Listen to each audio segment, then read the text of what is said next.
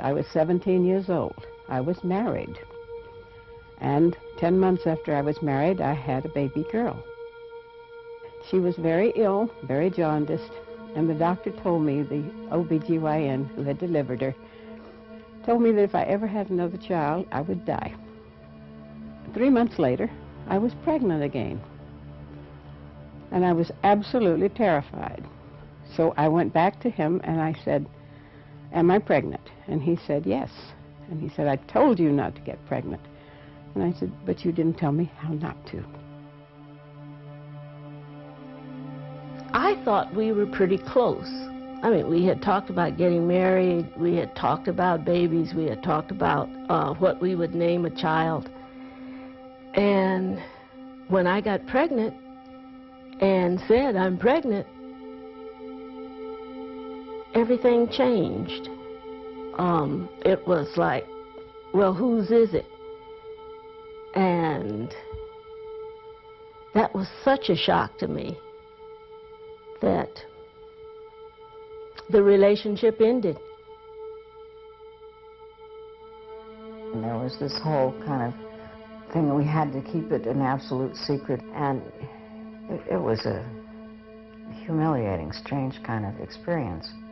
And so I decided I should have an abortion. I didn't know what it would be. I didn't really understand the implications in the fact that it was illegal. So I said, well, it was just like it would make this problem go away.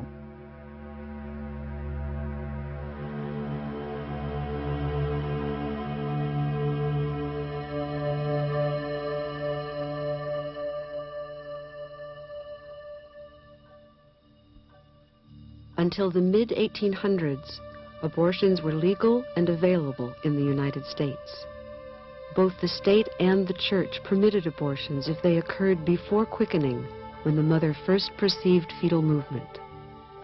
In 1847, the newly formed American Medical Association began a campaign to professionalize medicine by outlawing what it called quackery. Included in its ban were midwives and herbalists who had provided abortion and maternity care in their communities for centuries.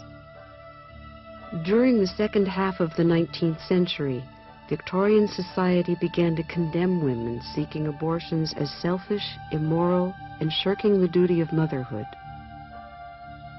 Protestant and Catholic churches joined the medical establishment in expressing their condemnation. Meanwhile, legislation restricting abortion continued to spread, and by the turn of the century, both birth control and abortion were illegal in most states. If a woman needed medical treatment after a botched abortion, she faced a humiliating and dangerous situation. Even though infected and bleeding, she was often required to testify against her husband or lover and the abortionist before she could receive medical care.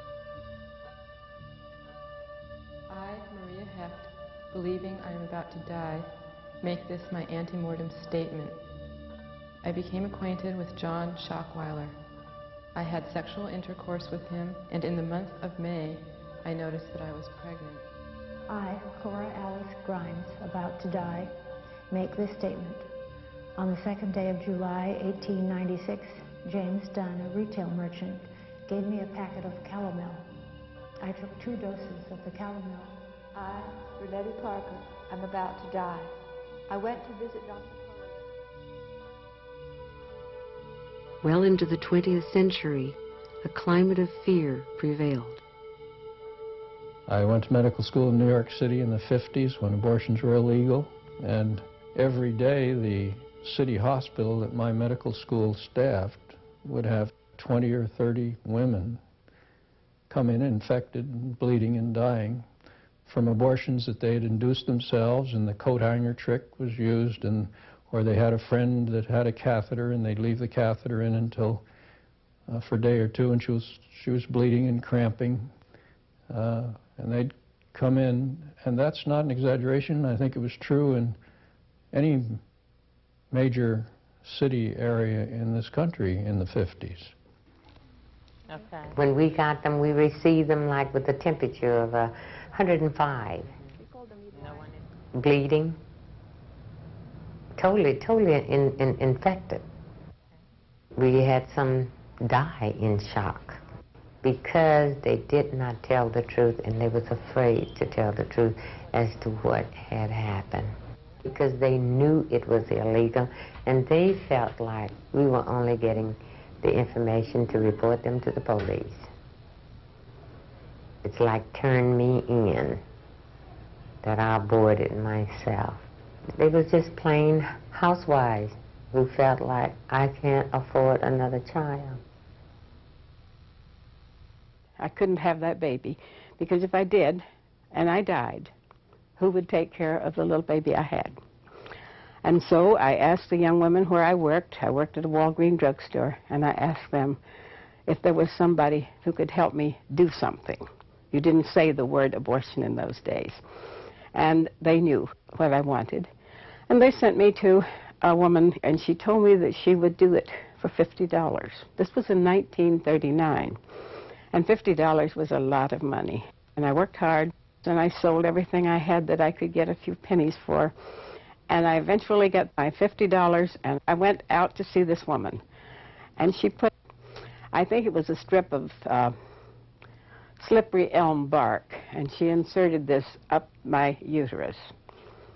And she said, now you go home, and that will swell up, and you will have pain, and you will probably have some temperature, but you will have a miscarriage. 2 days later, I had a screaming fever, and I was in such pain. And so I went back out to see this woman, and she lived in a shack. And she met me at the door, and she said, I told you not to come back. And I said, I have nowhere else to go. And so she cleaned me up, and I was so frightened, and I was in tears. And she put her arms around me like that, and she just held me up to her chest for a minute, and she said, honey, did you think it was so easy to be a woman? I'll never forget that. Never forget the kindness of that woman, even under those terrible circumstances. And so she said, this time you go. She gave me some aspirin. She said, don't you ever come back again. And that was the last I saw of her. And I had a roaring fever for about 3 or 4 days, and then I got better.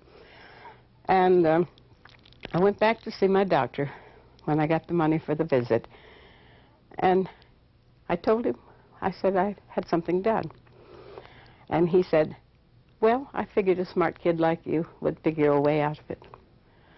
And I looked at him then, and I thought, how could he? How could he? This was a man trained and licensed, and he turned me away. And I had to go out and find this woman to do this. And it was to save my very own life. The day came, and they took me to a motel several miles from Boise. It was a dirty motel, and I was alone with this woman, and I remember what she looked like really well. She was dirty too, and not friendly, really.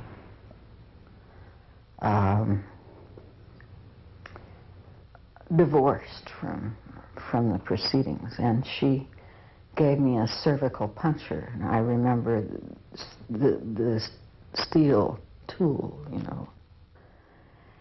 And then she told me to go, and that there would be blood, but it would be all right. But the fact is that I didn't abort, and I just bled a lot, and it was incredibly painful, and I got a bad infection. And they started looking for a doctor because I just kept bleeding and bleeding and not aborting. And finally they found a doctor. He gave me some medication to make me abort. And I aborted at home so that if he were caught, he would be able to prove that the process had been initiated before he became involved. And he explained that to me, that he wanted to be able to help other women who found themselves in my position, and that the only way he could protect himself was that. And so that was, I had to do that alone. I didn't tell anyone except the father. And when I saw his reaction, I didn't tell anyone else. I just thought, well, this is my problem and I'll have to deal with it. And the only thing I could do was to get an abortion, because to have a baby without a husband just was not done. I just went to the telephone directory and I looked up obstetricians, gynecologists, and I looked for a gynecologist that didn't advertise as an obstetrician, and I thought maybe he would be most sympathetic, and it turned out he was. There were many physicians who were supportive of abortion, who felt it should be available and provided safely for women, but they were afraid to do them themselves. Sometimes the fear was because they didn't want to be found out or would be censured, but very often their fear was, and rightly I think, that as soon as word got out that they were willing to do abortions, they would be flooded with requests. And even on Saturday. One of the doctors who started off thinking he would do a few abortions and who found himself getting referrals of women from all over the United States was Dr. Curtis Boyd. In 1965, he began to do abortions for women referred to him by ministers. Over the course of the next 8 years, he did thousands of abortions. I began to realize how difficult it was to obtain the service, how desperately women needed it and wanted it, and to what lengths they would go to obtain it, even to readily risking their life. People talk about as though women didn't know that. That didn't matter. Women risk their life every day to get an abortion somewhere in this country. Many of them did, without hesitation. And I just really literally walked up and down the streets. I was by myself, and I would go from one place to another, and they would all be in the same situation. They would say, nobody's there, I don't know what you're talking about, and oh, they've moved away. Finally, one day, I heard of a place, nobody answered the phone, but I got in the car and I went there and I knocked on the door, sort of after hours, like evening, early evening. I was the only one there. He did not give me anything. There was no anesthesia at all. And it was very painful, and I had no idea it was supposed to be painful. I thought maybe he had done something terrible, was doing something terrible to me. And so it was a frightening experience. That was frightening. Throughout the years of criminal abortion, an aura of danger surrounded unwanted pregnancies. Women drank toxic substances. Unscrupulous practitioners administered caustic douches of Lysol and Clorox. Reports of rape and other sexual abuse by abortionists were common. At that time, shotgun marriages were in vogue, and there were all these youngsters getting married, which never, I soon saw that never solved anything. It only made the matters worse. The marriages never lasted, the children suffered, and it was a miserable situation. And then we went through the period when we were sending girls to homes for the unwed mothers that were all over the country, and they were expected to work part-time and give up their child for adoption. And those were that was a very sad situation, because you would see a young woman come in, and if she was a schoolgirl, she would have to go off, leave home, and everyone knew why, and her life was really wrecked, socially and academically and everything else. And it was the young that really got to me, seeing some of these youngsters, 12, 13, 14, their mothers would bring them in, and it was just a horrible thing. As public awareness grew about the consequences of illegal abortion, lawmakers and clergy joined with the medical establishment in pressing for reforms. In states where therapeutic abortions were permitted, some doctors were lenient, so they could provide more women with safe abortions. I heard about these two co-eds in Stanford who went to Tijuana and obtained illegal abortions. The first was a girl who came back with a fulminating septicemia and who subsequently died. The second came back and had a severe infection of her reproductive organs, and it was necessary to do a hysterectomy, which rendered her sterile, of course. At the same time, there was in existence in California a law which allowed for medical support with an abortion on non-medical grounds, namely through a psychiatric channel. We would use these channels in order to enable the girl or woman to get a therapeutic abortion. Why did I do this? It was outrage at the way in which women were being treated, whether there was a reaction of the boyfriend or fiancé or husband. Some of these responses were grotesque. Some men told the women that if I'd known you were so stupid, I wouldn't have gone with you in the first place. Others told the girl that it's her problem, she's got the baby, he doesn't have anything to do with it. A good number of them just took off, just had no response whatsoever. So where do women who are desperate get help? It did make me recognize that there were many of us out there who were looking desperately for some place to solve the problem. And so I began to listen. I began to hear when anybody said that you tune in, you know, you get sensitive to it, and you begin to hear things that give you a clue, and you pursue it a little bit and find out that somebody did have an abortion.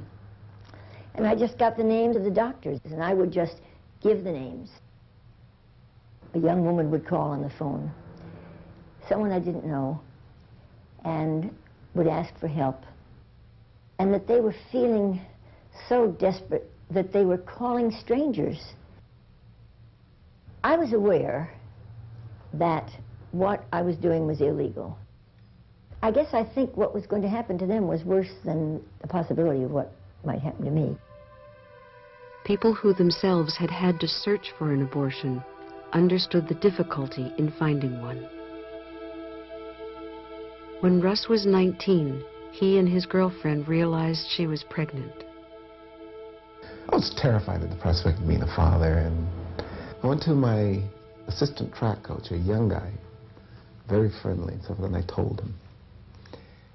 And he said, find out more about it, what do you want to do, and so forth. And I began to ask around about possibilities of her getting an abortion, and I talked to her about it. And she didn't want to be a mother either. First off, there was some misbegotten effort, I don't know where it originated or how it happened, to get some kind of pills that would induce an abortion, and they didn't work. Finally, I get a name of someone actually in town, in Los Angeles, who's willing to do this and get a price. And my assistant coach gave me the money. Years after his own experience, Russ had a chance to help someone else. I was approached by a senior professor, a woman, who had a student, freshman, and she was pregnant. Did I, by any chance, have any information on where she might get an abortion? Well, it's interesting. I didn't hesitate. I got a name of someone highly confident that this was a good clinic in Tijuana, and she got the abortion. Well, I saw her about 2 years ago, and she came up to me and she thanked me.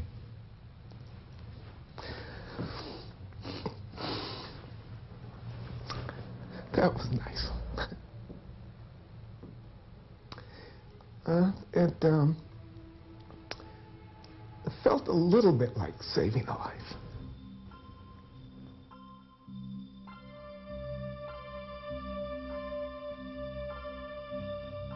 Lola Huth was the lead dancer of the Jose Limon Dance Company. She was married and the mother of a baby girl when she died from a self-induced abortion. At the time of my sister's death, I was told she died in childbirth, but that didn't make any sense. Then I was told it was a miscarriage, that she bled to death. The story came to me in bits and pieces over many years. Even though she was using an IUD for birth control, Lola became pregnant. The doctor told her that the IUD would probably cause the baby to be deformed, but that removing it might cause a miscarriage. Lola weighed the risks carefully and decided to have the IUD removed. She went back for the scheduled appointment, and he said, "I'm sorry, I have consulted with colleagues, and I cannot do anything that could implicate me in an illegal act. Right now, the whole abortion issue is very, very hot and very controversial, and I just can't implicate myself." And she said, "Well, then I'm inclined to believe I will do it myself." And he said, "All right, well, I'll tell you what to do. I'll tell you how to do it. And when you're in the process of miscarriage, you can call me, you can go to the hospital, and then I'll be able to help you without jeopardizing my own position." So that was her plan. When removing the IUD didn't cause a miscarriage, Lola became desperate. She sought a way to end the pregnancy herself. She purchased a couple of tubes, plastic tubes. And what she was told to do was insert these tubes into the cervix and blow air into the cervix, and that would cause her to abort. So she filed a sharp point and had punctured a vein and got air into her bloodstream. When we realized I was pregnant again, I told my mother. She asked me if I wanted another abortion, and I said no. I couldn't stand the idea of doing that again. Rosalie had been raped by an older man. She was afraid that another illegal abortion would lead to the same medical complications as before, so she decided to go to a home for unwed mothers and then give the baby up for adoption. Everyone told me that if I had any sense, I wouldn't look at the baby. I would just let them take it away and I'd never look at the baby. But I did. I let them bring the baby to me, and I held the baby. That was a terrible mistake. And then I owed some money for my board and room and medical. And so I stayed for a while, and I worked in the nursery to work the money off. And that was a very bad mistake because I was just around babies all the time. And I wanted to keep the baby, and I actually held the baby before they took it. Oh, God.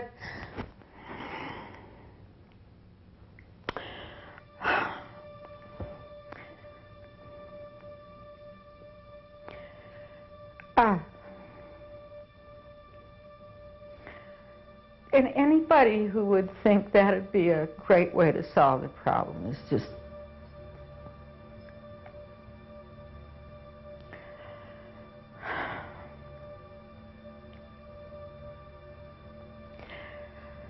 You take a child who doesn't even know her own mind, a 17-year-old young woman, and ask her to carry a baby in her body for 9 months and then give birth to it and then just give it away like it's nothing.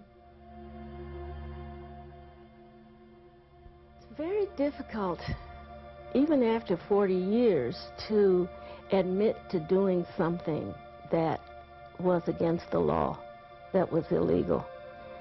It sort of puts you in a position of having a criminal past, and although you might not feel that what you did was in any way criminal, there's still the stigma to it. But it's a relief to be able to talk about it after all these years and say, hey, I was human. I knew that I could lose my medical license. I knew that I could go to prison. And just as I had to trust these women who came to me not to bring charges against me which could put me in prison, they had to trust me to give them good medical care and service and not harm them. And that was a scary thing in those days because you didn't always know who you were going to. You didn't know what the outcome was going to be. It was frightening for women to come from great distances to a little town in East Texas to some unknown doctor.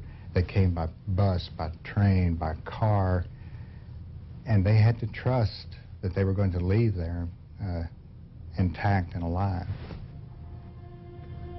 A woman that's unhappily pregnant will risk her life to stop that particular pregnancy.